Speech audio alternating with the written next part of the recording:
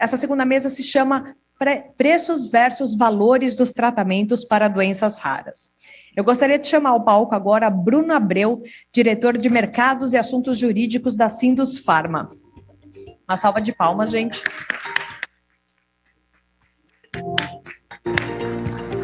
Eu convido também os demais convidados dessa mesa redonda, Denizar Viana, Nelson Mussolini, Rogério Scarabel. E para compor a mesa, contaremos também com a presença online de Pilar Domingues e Vera Valente. Por favor, todos ao palco, sejam muito bem-vindos.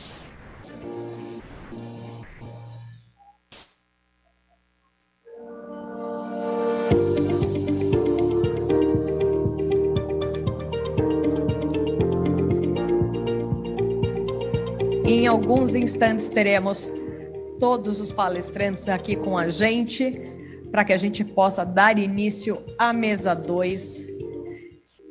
E vamos trazer aí muitos conteúdos importantíssimos para vocês. Convido vocês a ficarem ligados. Afinal, preços e valores dos tratamentos para as doenças raras é, de fato, um assunto de extrema importância e que traz aí as condições que milhões de famílias passam em todo o Brasil. Estamos recebendo aqui já todos os convidados dessa mesa. Temos... aqui está nosso último convidado. Sejam todos muito bem-vindos. Agora, Bruno, é com você. Sentem-se, fiquem à vontade. Boa discussão.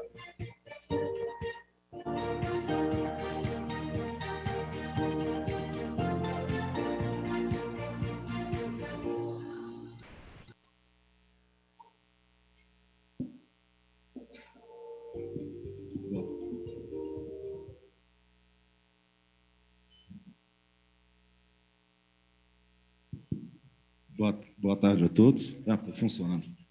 Muita satisfação pelo convite, Tony, para discutir assuntos tão relevantes, né, dos dias atuais, como preços e valores, principalmente quando a gente fala do contexto das doenças raras. A mesa anterior, brilhante, esgotou bastante o assunto, né? São doenças com N de pacientes muito reduzido, o que dificulta muito a jornada do produto, já desde a precificação na entrada, né, o preço de entrada no mercado, até a eventual incorporação e tratamento da doença, a jornada do paciente, enfim. Mas é um prazer ter, né, todos aqui nessa mesa para a gente discutir isso. Nesse grupo, a semelhança do que aconteceu na mesa anterior, a gente tem profissionais altamente qualificados e que, a seu modo, cada um em sua área, lidam diretamente com o tema proposto. Gostaria de dar boas-vindas ao Dr. Denizar Viana, professor titular de Faculdade de Ciências Médicas e pró-reitor de Saúde da Universidade do Rio de Janeiro, UERJ, ex-secretário de Ciência, Tecnologia e Insumos Estratégicos do Ministério da Saúde. Nelson Mussolini, meu chefe, presidente executivo do Sindusfarma, mais de 30 anos de experiência na indústria farmacêutica. A senhora Pilar Rodrigues, diretora associada do NICE, está remota, a Agência de Saúde do Reino Unido. Ao senhor Rogério Scarabel, advogado, esteve até recentemente na Agência Nacional de Saúde Suplementar, como presidente. E a senhora Vera Valente, diretora executiva da FENA Saúde. O texto de apresentação do tema que vamos tratar nesse grupo resume bem as dúvidas que afligem os envolvidos na questão das doenças raras. Os tratamentos altamente específicos para as doenças raras não se enquadram na definição custo-efetividade. Nestes casos, é necessário um olhar diferenciado, com transparência e respeito à população de pacientes, de modo a auxiliar a tomada de decisão no processo de incorporação. A gente tem um roteiro bastante interessante, que vai provocar muitas discussões, e eu vou começar invertendo um pouquinho a lógica com o Dr. Rogério Scarabel. Ele tem um problema de voo, está com um horário extremamente apertado, e já vai colocar uma pimentazinha boa aqui na discussão, começando com a experiência na ANS.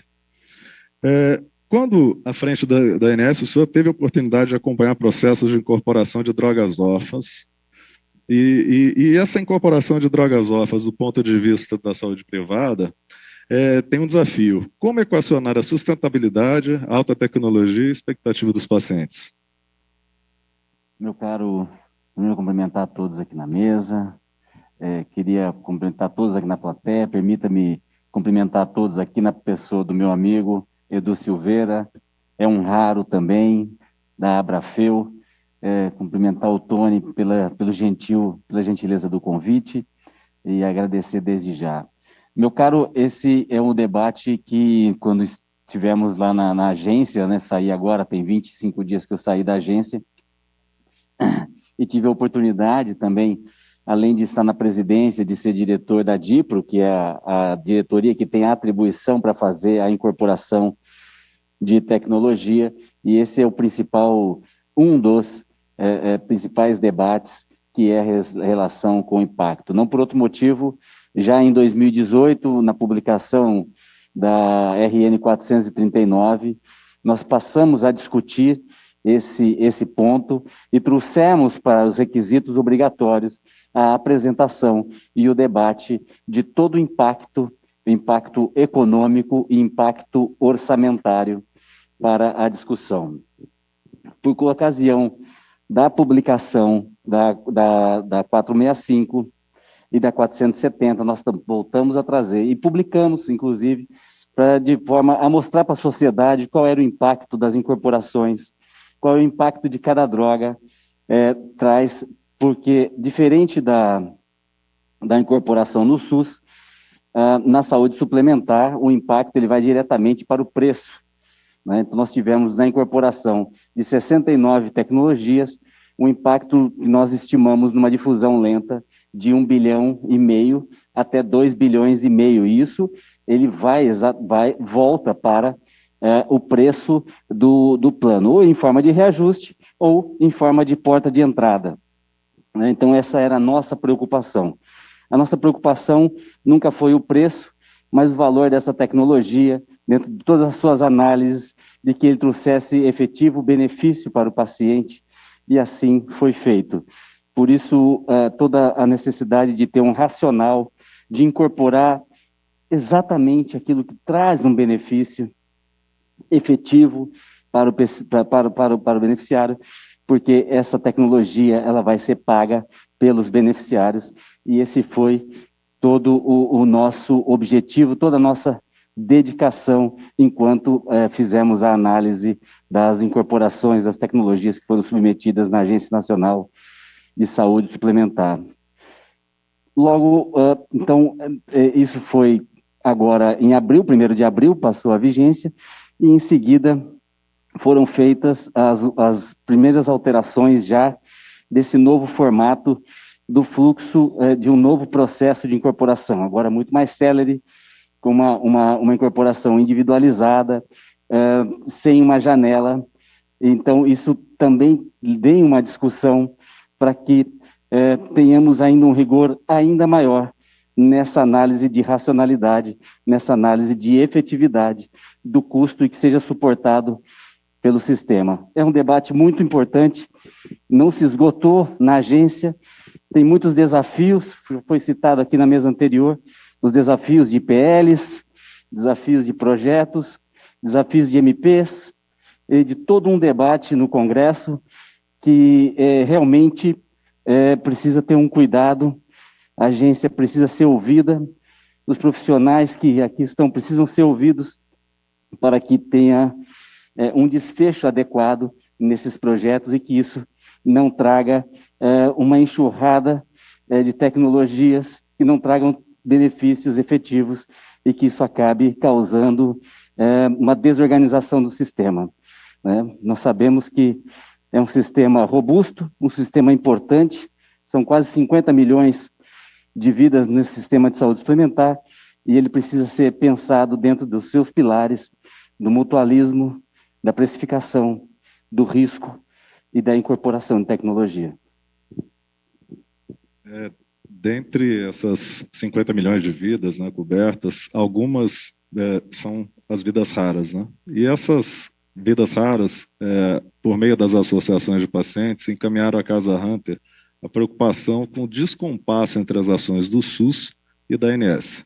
Ainda estamos distantes de fazer um processo automático, isso é, todas as incorporações feitas no SUS acontecerem simultaneamente na INS, a ideia né, da gestada ou discutida agência única de incorporação.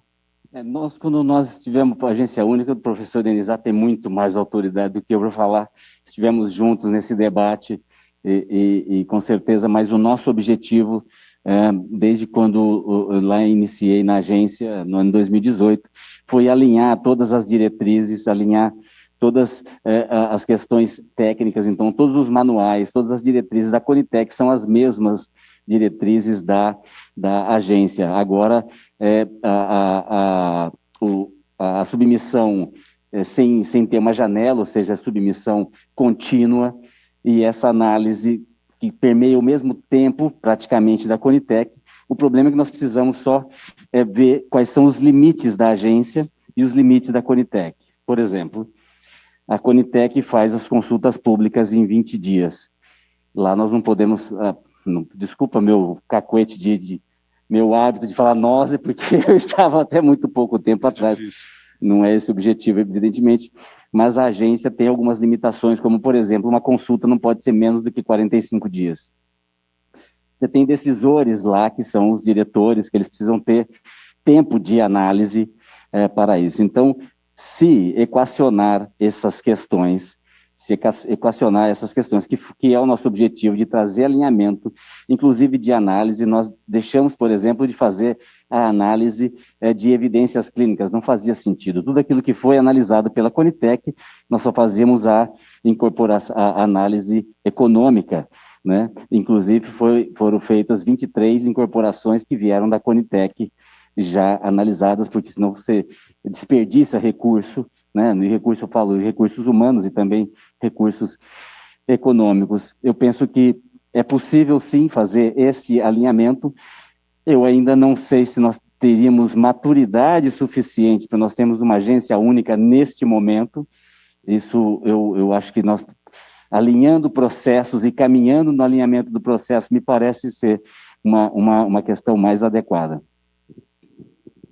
É uma questão que eu acho que a gente tem que amadurecer muito mesmo. É uma discussão que está fervilhando, né? Todo mundo discutindo, né? Porque quando a gente pensa na estrutura do Brasil, você tem avaliação de tecnologia de saúde já no preço de entrada do medicamento no mercado, talvez antecipando muito algumas discussões que têm que ser feitas nas instâncias seguintes, né? Mas é importante a gente concatenar, né? Quando a gente pensa em avaliações que elas também têm um olhar matemático, você pode ter 3 avaliações distintas para o mesmo produto, o que é, às vezes, antieconômico e pode atrapalhar a entrada do produto para aquele grupo de pacientes. Se você me permite fazer uma colocação, não por outro motivo nós tivemos tanta participação e tantos abertura na agência para participação social ampla, né? Acho que quero crer que a maior participação de pacientes através de suas instituições foi na agência de saúde suplementar.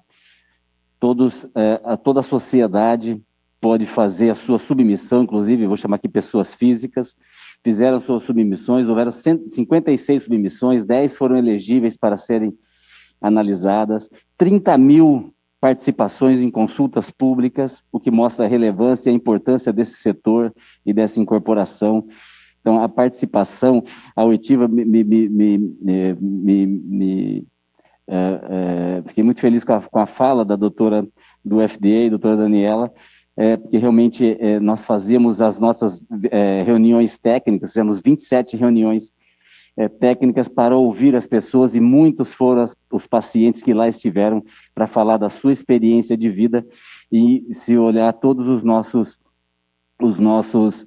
dossiês, muitas das decisões foram tomadas especificamente com o ganho global de vida e também com a não progressão da doença, ou seja, a qualidade de vida sempre está na percepção da agência em fazer a avaliação da incorporação.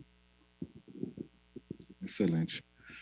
Agora, para o doutor Denizar Viana, que teve uma passagem brilhante pelo Ministério, a gente sabe todo o seu histórico de vida profissional, enfim. O que pode ser feito no Brasil para tornar a incorporação de medicações de alto custo um processo mais objetivo e sistemático, na sua opinião? Boa tarde a todos e a todas. Obrigado, Bruno, pelas suas palavras. Quero agradecer a oportunidade de compartilhar esse espaço, pessoas que eu admiro e amigos. Queria também parabenizar o Tony O Tony inspira todos nós com essa missão que ele abraçou. O que nós estamos discutindo aqui é muito importante para dar acesso à população a esses medicamentos. E na política de saúde, na formulação de uma política pública de saúde, o formulador ele precisa tratar iguais de forma igual e desiguais de forma desigual.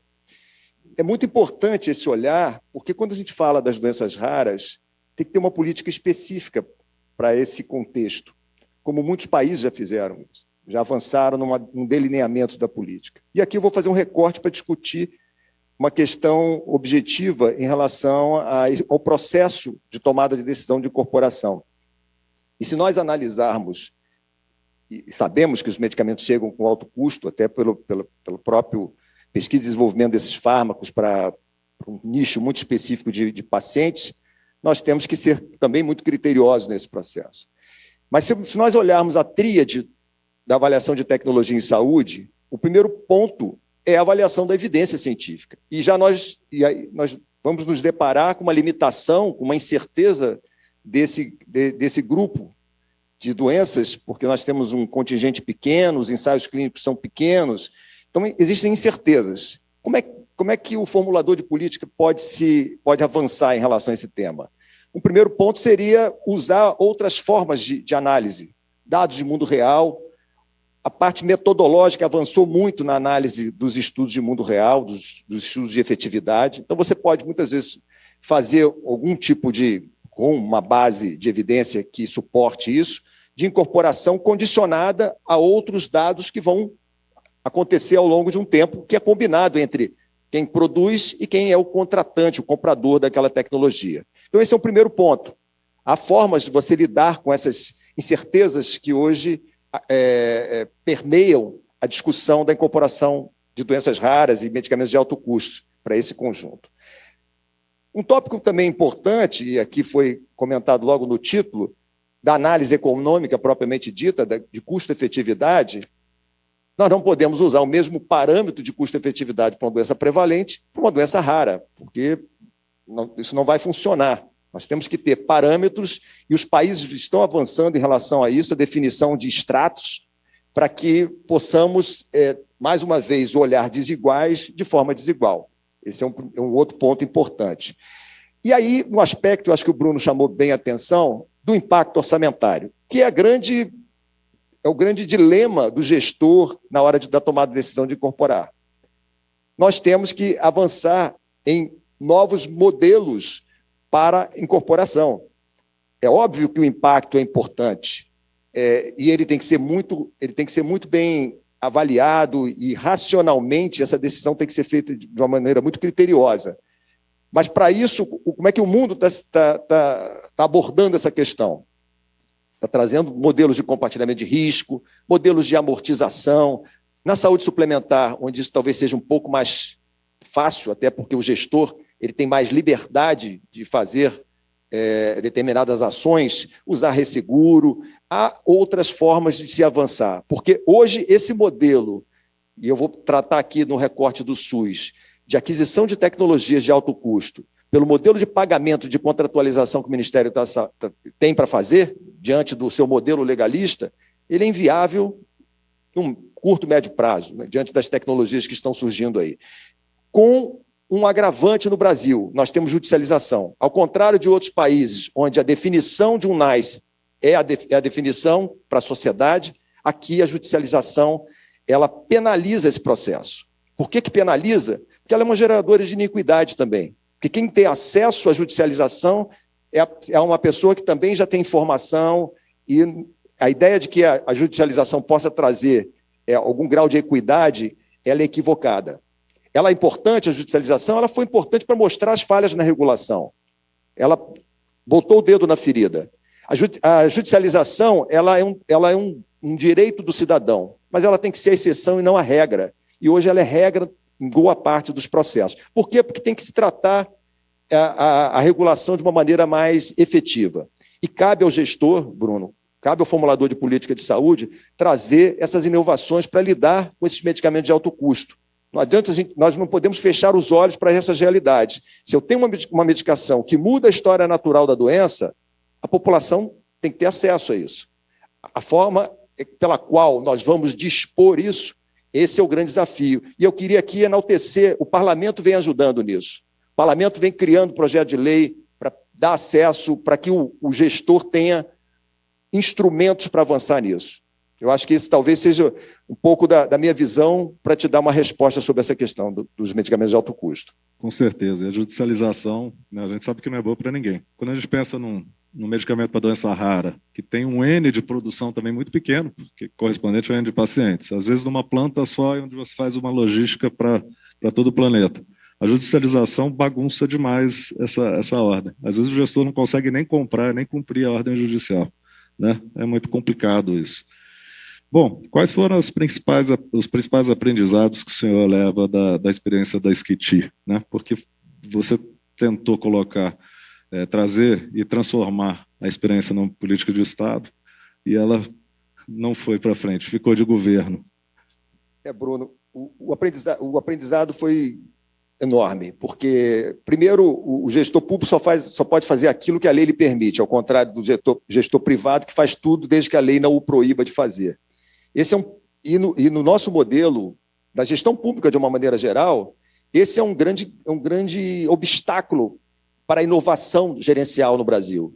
Enquanto nós tivermos esse modelo legalista, burocrático, com órgãos de controle que muitas vezes se inibem a função do gestor, e, em tese, nós temos vários órgãos de controle para coibir todos os desvios, a história recente mostrou que isso não aconteceu, então nós temos que encontrar um ponto de equilíbrio nisso, permitir que o gestor, com responsabilidade, ele possa avançar. Qual foi o aprendizado? Nós temos muito a fazer ainda. Existe um problema de subfinanciamento no SUS, é óbvio que existe. Nós temos um modelo hoje de 4,5% do PIB em saúde pública, teríamos que crescer isso 6%, 7%, que é o que os países de acesso universal hoje comprometem do seu PIB. Mas a gestão tem muito que melhorar ainda. Talvez o grande aprendizado, Bruno, com uma boa gestão a gente avança para dar acesso. Nós fizemos um experimento do compartilhamento de risco, eu acho que o saldo foi muito positivo, contamos com técnicos do Ministério da Saúde altamente qualificados que nos permitiram isso, conseguimos montar uma rede de pesquisa, de avaliação de desfechos, de sistemas de informação, tendo toda uma interface com os comitês de ética em pesquisa, Tribunal de Contas da União participando desse processo, organização de paciente desde o primeiro dia, opinando nesse processo, junto com a Sociedade Médica de Especialidade, foi um grande aprendizado. Onde é que nós nos deparamos no momento da necessidade da aquisição? O problema jurídico. Mas já virou um projeto de lei, está avançando pelo parlamento. E aqui eu quero fazer uma nota, é a oportunidade do Executivo se posicionar e dar apoio ao parlamento para a gente avançar, para ter os instrumentos para que a gente possa avançar nisso. O gestor ele tem que inovar também. Se ele tem a base, se ele tem a lei, isso consegue avançar. Com certeza. E a gente pensa muito nessa questão do princípio da legalidade quando a gente vai para a Câmara de Regulação do Mercado de Medicamentos, onde você tem uma legislação que precifica as novas tecnologias extremamente antiquada, até uma proposta colocada em consulta pública que não avança em nada, e você tem muitas decisões que são tomadas ao largo de qualquer normativo, no famoso caso omisso, né? Então é uma questão que a gente tem que pensar e ver como as coisas estão com 2 pesos e 2 medidas. Agora eu queria fazer uma pergunta para a doutora Pilar. O maior desafio para a incorporação das novas tecnologias são o alto custo e os critérios das agências reguladoras. Como que o NICE está tratando toda essa questão?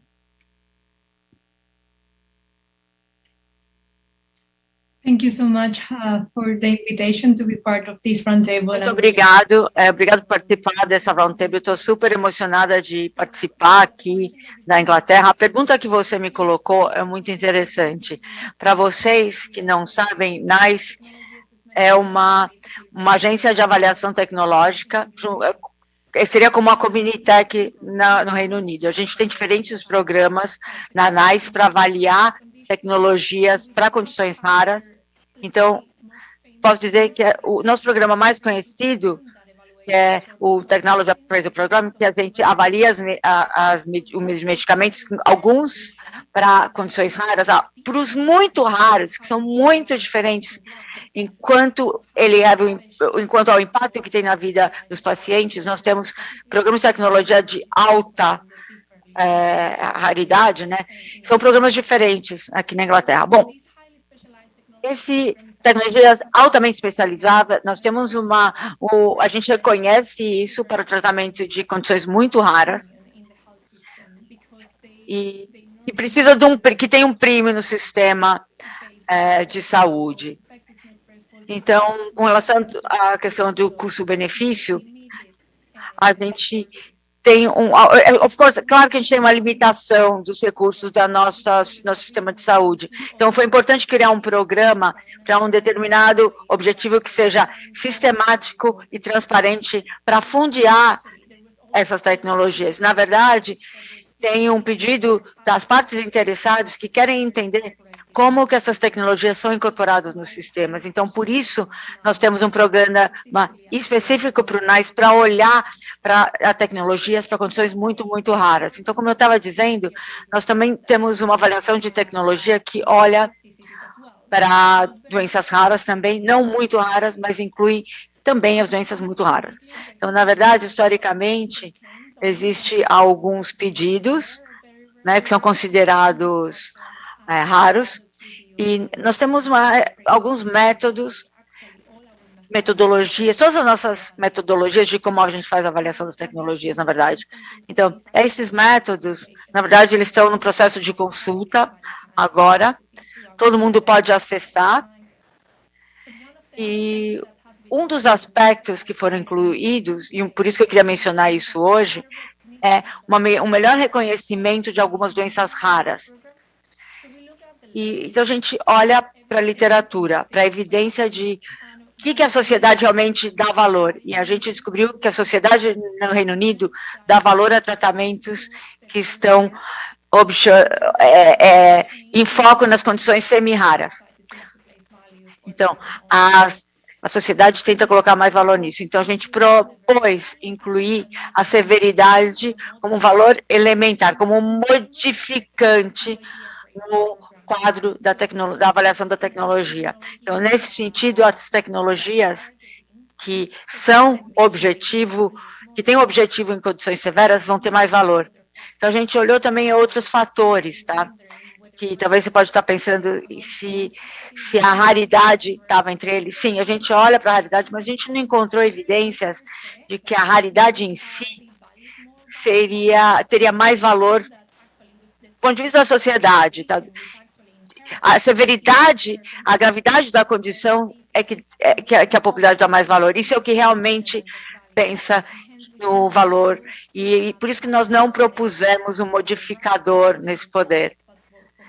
E, na verdade, para pegar esses modificadores no processo de tomada de decisão, isso permite uma nova reflexão das tecnologias da NHS, que seria nosso sistema de saúde aqui, mas nós não paramos aí. O tipo de evidência, tá? No caso de doenças raras. A gente discutiu antes, tá, na mesa redonda anterior, a necessidade de ver outros tipos de evidências e olhar todas as evidências. Então, a gente reconhece que gerar níveis tradicionais de evidência pode ser especialmente difíceis. E nós propusemos, em algumas circunstâncias específicas, você aumentar a flexibilidade, onde a geração de evidência é especialmente difícil, e justificada. E nós mencionamos isso como um caso.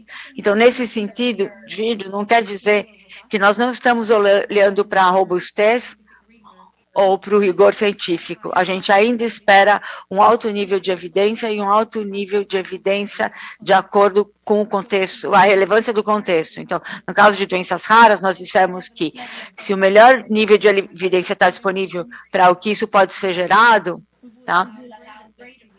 Nós permitimos maior flexibilidade para ser levado em consideração. Nós sabemos que é uma referência para quem milita nesse meio. A gente sabe que o NICE desenvolveu critérios específicos para análise de tecnologias altamente especializadas. A senhora poderia explicar mais um pouco, desenvolver mais um pouco sobre essas iniciativas? Sure. I mean, there is currently a changing landscape. Claro que sim, nós temos algumas mudanças e acho que vocês são mais familiarizados que eu. Por sorte, recentemente no tratamento de doenças raras, uma das coisas que a gente tem trabalhado, tá, é que nós tivemos critérios para decidir quais tecnologias vão ser avaliadas nessas tecnologias altamente especializadas. E a gente já fez uma consulta, tá, no nível de seleção para entrar no programa. Então, para depois oferecer, para poder dar mais possibilidade de previsão e conseguir prever que tipo de programas nós vamos avaliar nessas tecnologias. E daí aumentar a transparência, tá? Então, as tecnologias que são selecionadas, as tecnologias de alta especialidade, elas vão ter que cumprir com 4 critérios. E eu mencionei isso antes, a condição tem que ser muito raro, e é definido em 1,50 na Inglaterra, e normalmente a tecnologia não é indicativa de mais de 300 pessoas em Inglaterra, ela não seria ter direito, e se ela tem mais de uma indicação no portfólio, então terá mais de 500 pacientes no país, na Inglaterra. Também estabelecemos que a condição deveria ser bastante rara, então tem um impacto significativo que diminui a vida ou que tem um impacto grave na qualidade de vida e na vida do paciente, e outra também que não deveria ter nenhum tratamento satisfatório disponível, e se tiver, essa nova tecnologia tem que ter um benefício significativo e tem que mudar como é administrada a doença. Todos esses critérios têm que ser atingidos para qualificar para esse programa. E os elementos e valores que estão sendo são um pouco diferentes. A gente olha pelo efeito clínico, o impacto da tecnologia no paciente, a relevância no paciente, nos cuidadores, o custo para o NHS e outros benefícios associados com a tecnologia e como vai impactar o serviço especializado dentro da NHS. E também vemos do valor com relação à efetividade para algumas condições raras que tem a gente tem um pouco limite para custo, efetividade, a gente aceita em fatores de 100 mil libras por qualidade de vida e também outro peso para o benefício de saúde, como mais qualidade de vida que a tecnologia traga, a gente pode valorizar mais o tamanho do benefício. Quanto maior benefício de saúde que a tecnologia traga, que é convertido dentro do ANHS, melhor será recompensado. Então, tecnologias associadas com mais de 30 de vidas ajustadas de ano, comparado com o processo ou tratamento que está estabelecido no NHS para essa condição, a gente vai aplicar um peso para esse ganho e poder recomendar que essa tecnologia que tenha 30 quales em vez de até 300.000 libras, a gente vai colocar nisso, dependendo do quando a gente fala de custo efetividade, quando a gente fala de aumento de custo para o NHS. O objetivo é reconhecer e que vai trazer o melhor e o maior benefício para a tecnologia. É isso que a gente quer realmente promover, encorajar, sendo um passo adiante para os pacientes. Por isso a gente está associado com isso. Muito obrigada. Quer dizer, muita gente sabe que, além de presidente executivo, né, do Sindusfarma, ele também é membro do comitê de análise da Conitec. E a grande questão que se coloca hoje é a questão de sustentabilidade do sistema, né? Quais os elementos que precisam ser considerados críticos nessa avaliação? Bom, em primeiro lugar, eu queria agradecer ao Tony por esse convite. Eu acho que a Casa Hunter faz um trabalho excepcional e todos nós devemos render a homenagem a ele. Em segundo lugar, eu queria fazer um parênteses antes de entrar no tema, que é com relação à pandemia. Eu acho que a gente está perdendo aí quase 600 mil vidas, agora, e a gente tem que render as nossas homenagens aos médicos, aos enfermeiros, aos auxiliares de enfermagem, nutricionistas, fisioterapeutas. Tá? Eu não deixo de falar, Denizar, dos motoristas das ambulâncias que carregaram os pacientes para cima e para baixo, salvando vidas. Tá? Mas não podemos esquecer que todo esse exército de profissionais tinha por trás o material bélico que foi desenvolvido pela indústria farmacêutica. Logo no começo da pandemia, nós tivemos uma reunião de diretoria, o Bruno estava lá, e um dos nossos diretores, em março do ano passado, falou: eu tenho certeza que é da indústria farmacêutica que vai sair a solução desses problemas.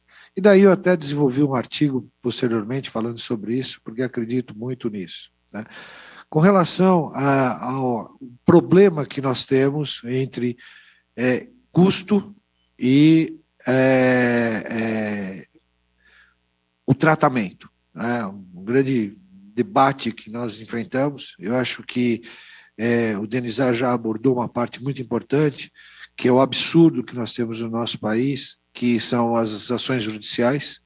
Isso bagunça todo o sistema, porque você tem um orçamento que já não é o suficiente para aquilo que você precisa fazer, e você tem ainda custos absurdos com a judicialização, que sempre aproveitam um pequeno número de pessoas. Ela não é geral. A gente precisa repensar esse assunto no nosso país.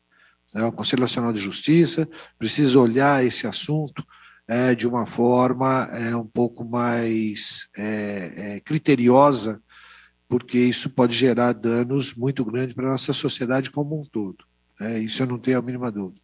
Outra questão que a gente precisa ter muito em mente, e a semana passada eu tive, inclusive, condições de falar isso para o Denizar, é que nós não podemos ver a assistência farmacêutica, né, como uma despesa, né, quer no setor privado, quer no setor público. Nós temos que ver a assistência farmacêutica como um investimento.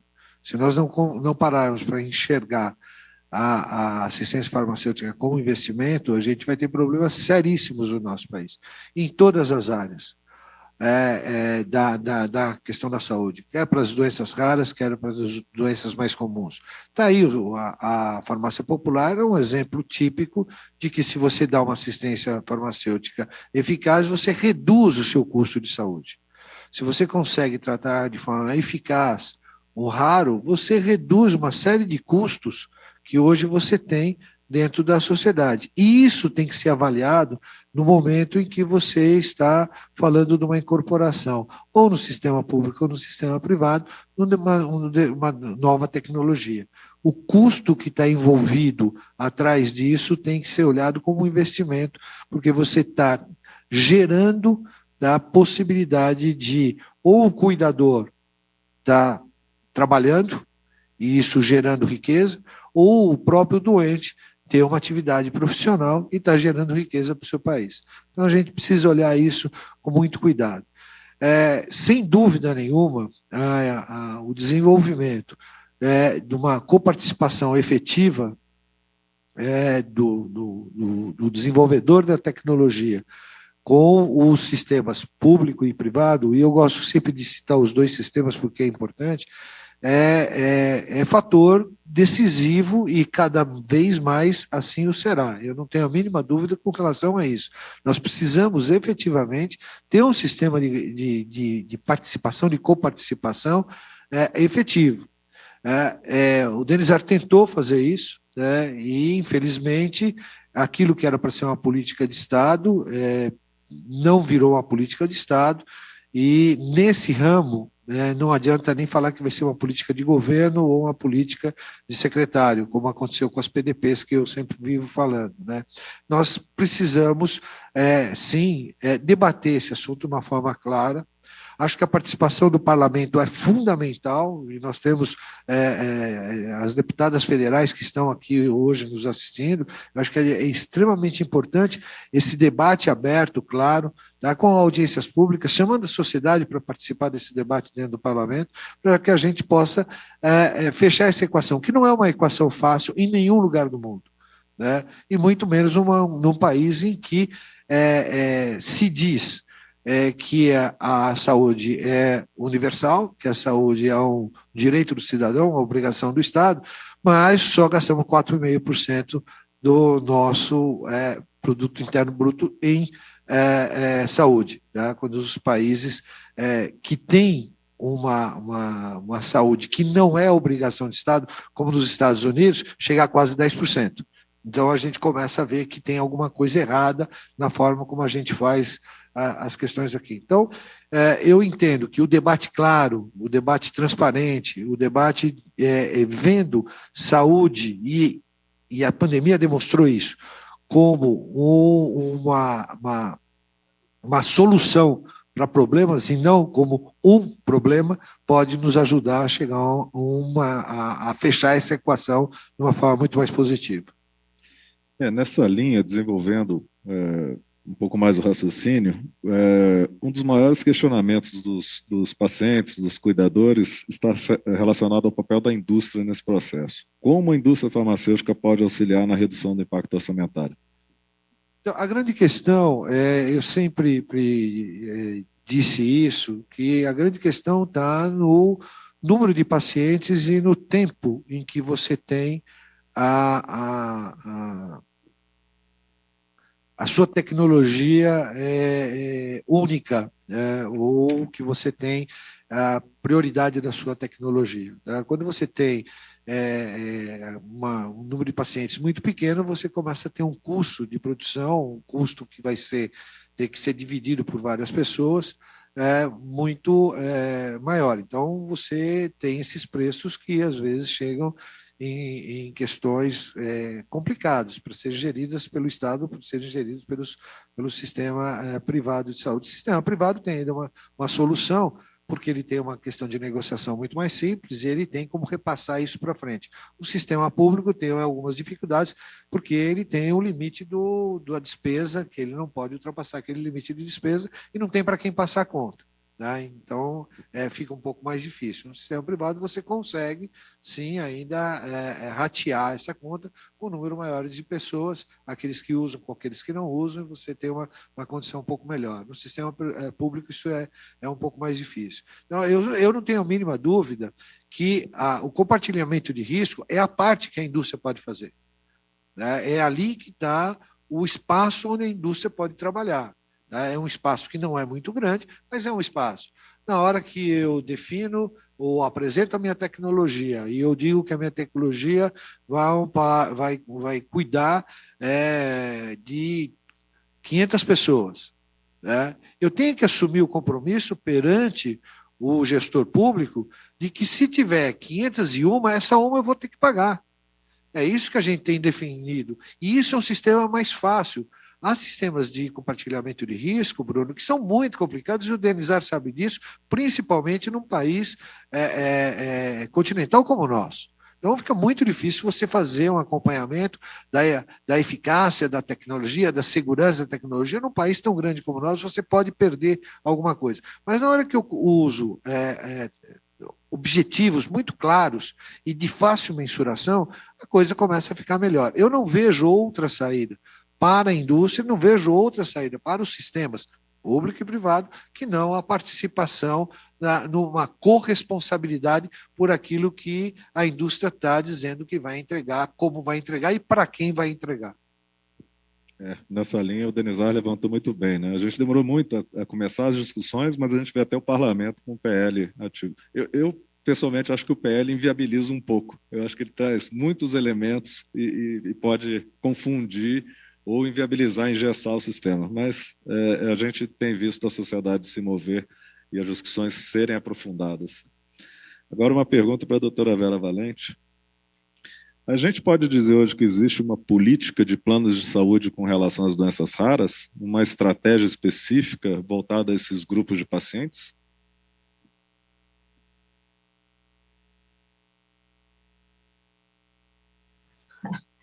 A pegadinha do mudo, né?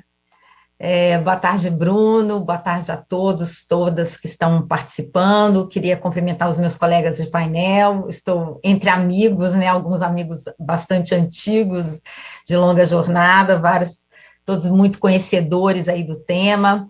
Agradeço a Casa Hunter, na pessoa do Antoine, pela oportunidade da gente tratar desse assunto, que ele é muito importante, suscita muitos debates e acho que ainda tem muitos pontos a serem melhor compreendidos.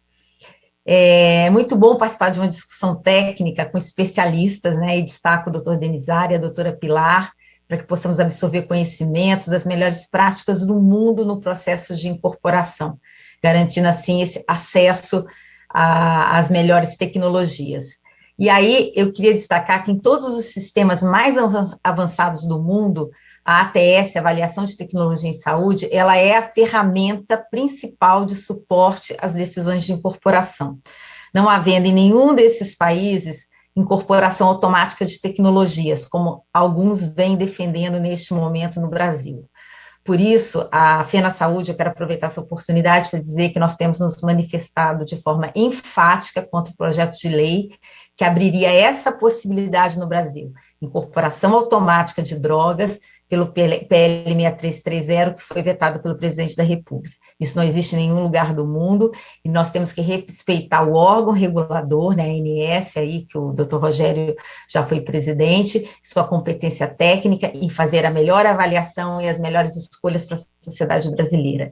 Isso não é um tema objeto de incorporação via legislação, não é bom para a sociedade, não é bom para o sistema público, nem para o sistema privado.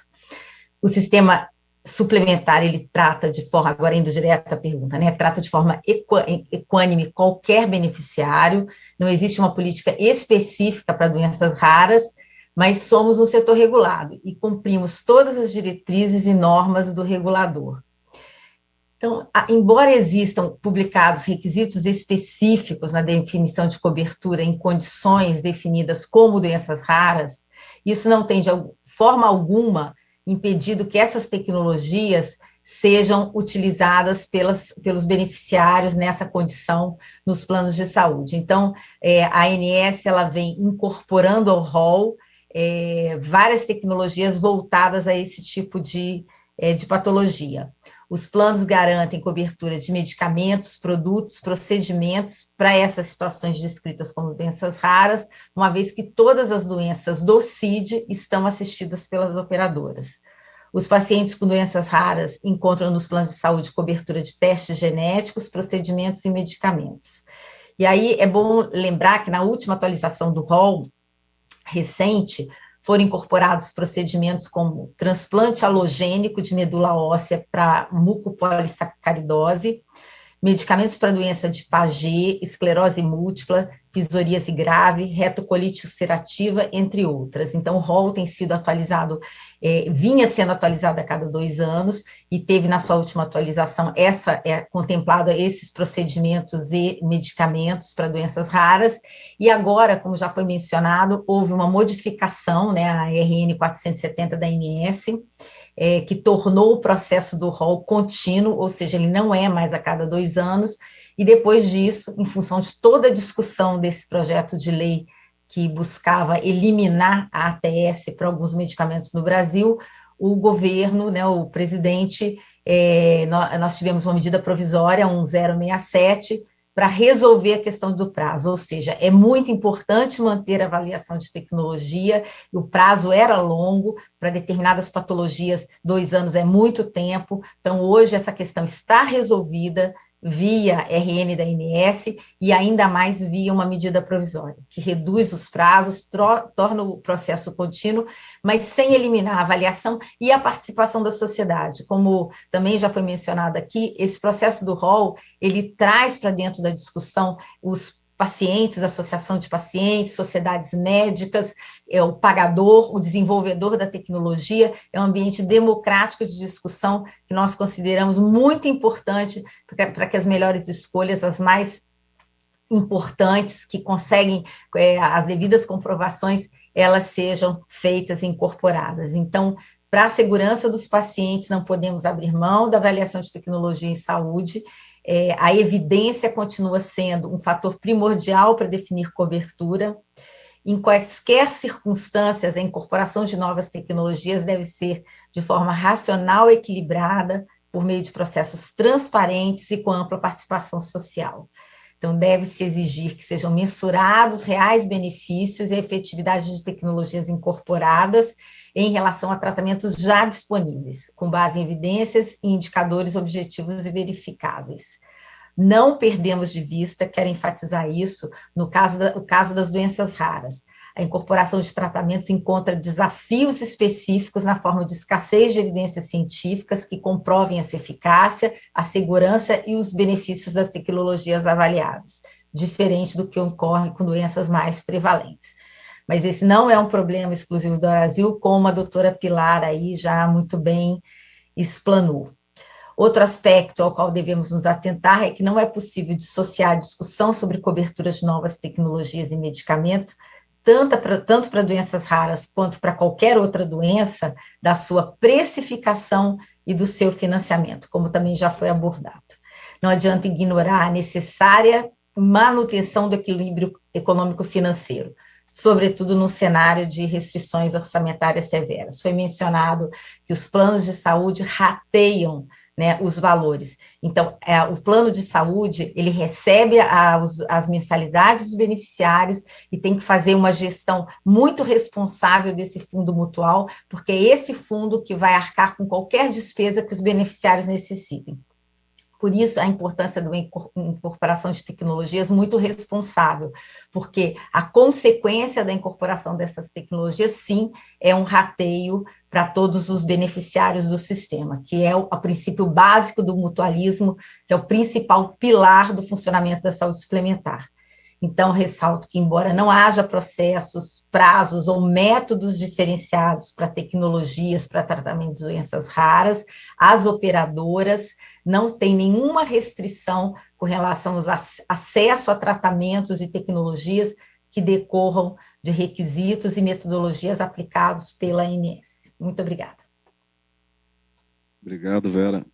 A gente, pelo adiantado da hora, a gente estendeu bastante. Eu queria dar 30, 40 segundos para cada um de vocês falarem as últimas palavras a título de considerações finais.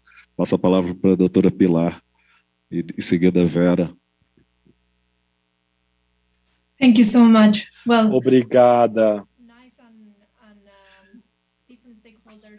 Muito bom ver no Brasil, que colaborou de maneira muito próxima nos últimos 2 anos, particularmente com a Conitec. Eu estou agradecida que alguns dos tópicos que a gente colaborou são os mesmos tópicos que falamos hoje. A gente tem trabalhado juntos nas duas agências para incorporar o testemunho dos pacientes no processo de decisão. Estão trazendo também membros leigos para o acesso. Isso permite melhorar o processo de decisão no Brasil e dar uma voz para essas comunidades de doenças raras. Outro tópico que estamos colaborando e falando são os acordos sobre a compartilhação, como a gente tem sido, e recomendo tecnologias com acesso para continuar coletando dados depois que haja sido feita uma recomendação por um tempo para reavaliar a tecnologia depois que a gente coletar dados, porque existe problemas de efetividade. E outro aspecto que a gente tem colaborado é na seleção de tópicos. Eu acho que o Unitec está tendo um progresso excelente como melhorar o horizonte da seleção de tópicos para que seja mais transparente e mais eficiente, tanto internamente, mas também para os outros atores, e ver no processo que está a tecnologia. Eu estou muito emocionado em ver o progresso que está sendo feito e mal posso esperar para ver mais colaboração que vai trazer mais benefícios para a comunidade de doenças raras. Obrigada pelo convite, foi um prazer.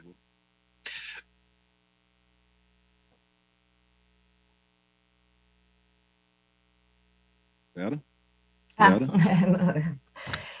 Quero agradecer mais uma vez o convite e, na verdade, acho que a gente tem um espaço importante para discutir uma série de inovações para esses sistemas de novas tecnologias. Todos têm que participar disso, uma participação com base na ciência, com base em dados, o pagador, né, seja ele público ou privado, mas também o fornecedor da tecnologia, explorar verdadeiramente novos modelos de financiamento dessas tecnologias, não apenas o compartilhamento de risco, mas eu acho que existem modelos que nós podemos ter uma melhor participação, a melhor discussão dessa precificação.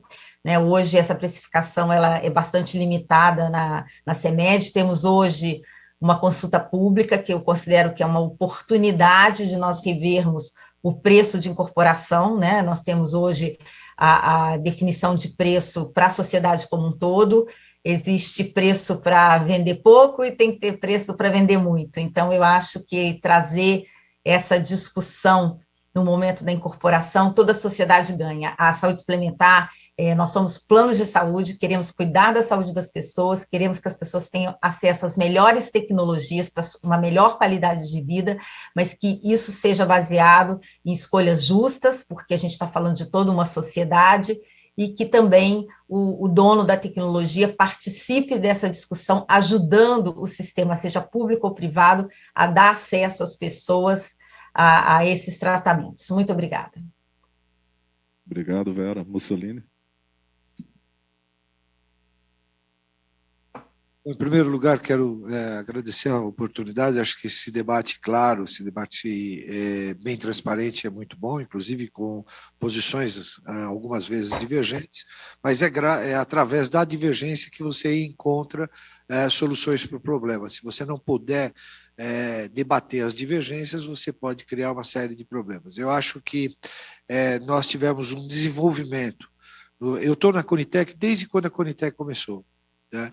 O desenvolvimento que a Conitec teve, inclusive olhando os exemplos de fora do Brasil, e muito baseado no NICE, foi um desenvolvimento muito grande e tem surgido, tem trazido grandes ganhos para a sociedade como um todo. Eu não tenho a mínima dúvida com relação a isso. O desenvolvimento que nós tivemos na Agência Nacional de Vigilância Sanitária, na Anvisa, também foi de uma forma clara, se comparou às outras agências mundiais, hoje está no mesmo nível da FDA, a gente viu na apresentação anterior aqui, hoje a nossa Agência Nacional de Vigilância Sanitária tem um reconhecimento como uma agência preocupada com eficácia e segurança de produtos, e isso é muito importante também, coisa que nós precisamos ainda correr um longo caminho dentro da ANS. Infelizmente, a gente vê dificuldades muito grandes dentro da ANS, quer por falta de pessoas, quer por prazos na avaliação das novas tecnologias. Se ficou 3, 4 anos para se rever o rol, tá? Sem nenhuma justificativa efetiva, e isso traz um prejuízo muito grande para a sociedade como um todo. Tá? Tanto para o sistema privado como para o sistema público. E aí o que acontece no sistema privado? O número de judicialização, que era um grau único, tá, dentro do sistema público, hoje permeia o sistema privado tanto ou mais. Então, se nós não tomarmos muito cuidado, se nós não efetivamente pusermos a nossa Agência Nacional de Saúde efetiva, ela vai dar aos planos de saúde o mesmo problema que nós temos no setor privado e que o Denizar, quando estava no governo, sofreu tanto. Porque aí perde-se qualquer condição de previsibilidade. Previsibilidade no nosso setor, quer na indústria, quer no setor público, quer no setor privado. Quando se fala de saúde, é uma questão fundamental. Muito obrigado. Obrigado, Mussolini. Passo para o Denizar. Obrigado, Bruno. Mais uma vez, agradeço essa oportunidade e vou conclamar aqui, a gente precisa de um pacto para a saúde no pós-pandemia. E, especificamente no SUS, nós temos que discutir financiamento do SUS, discutir renúncia fiscal na saúde. Foram 15 bilhões de renúncia fiscal em 2018 relacionados às despesas individuais com saúde. A sociedade tem que discutir isso, não vou precisar achar dinheiro. Na gestão, financiamento, gestão. Como é que a gente melhora a gestão? Primeiro, o arcabouço jurídico, fundamental. Enquanto não melhorar esse arcabouço jurídico, o gestor não vai poder fazer melhor uso desse recurso que já é escasso. Vamos ter que avançar na discussão de qualificar o processo da ATS no país. Já avançamos muito, mas há muito o que fazer. Inclusive, uma ATS melhor, mais célere, ela pode minimizar a judicialização. Vamos discutir compra governamental, como é que melhora a capacidade do governo, principalmente do Ministério da Saúde, comprar melhor de forma centralizada o alto custo e reduzir na ponta. São temas que são importantes que a sociedade discuta isso. E, para não ter, a gente fala do medicamento, nós temos que rever a linha de cuidado dos pacientes. Nós temos um grande gargalo no SUS, que é a média complexidade. O acesso ao especialista é um problema. Lançar mão de telemedicina, organizar a rede para isso, para que a gente possa ter melhores resultados em saúde. Mais uma vez, obrigado. Com certeza, concordo em gênero, número e grau.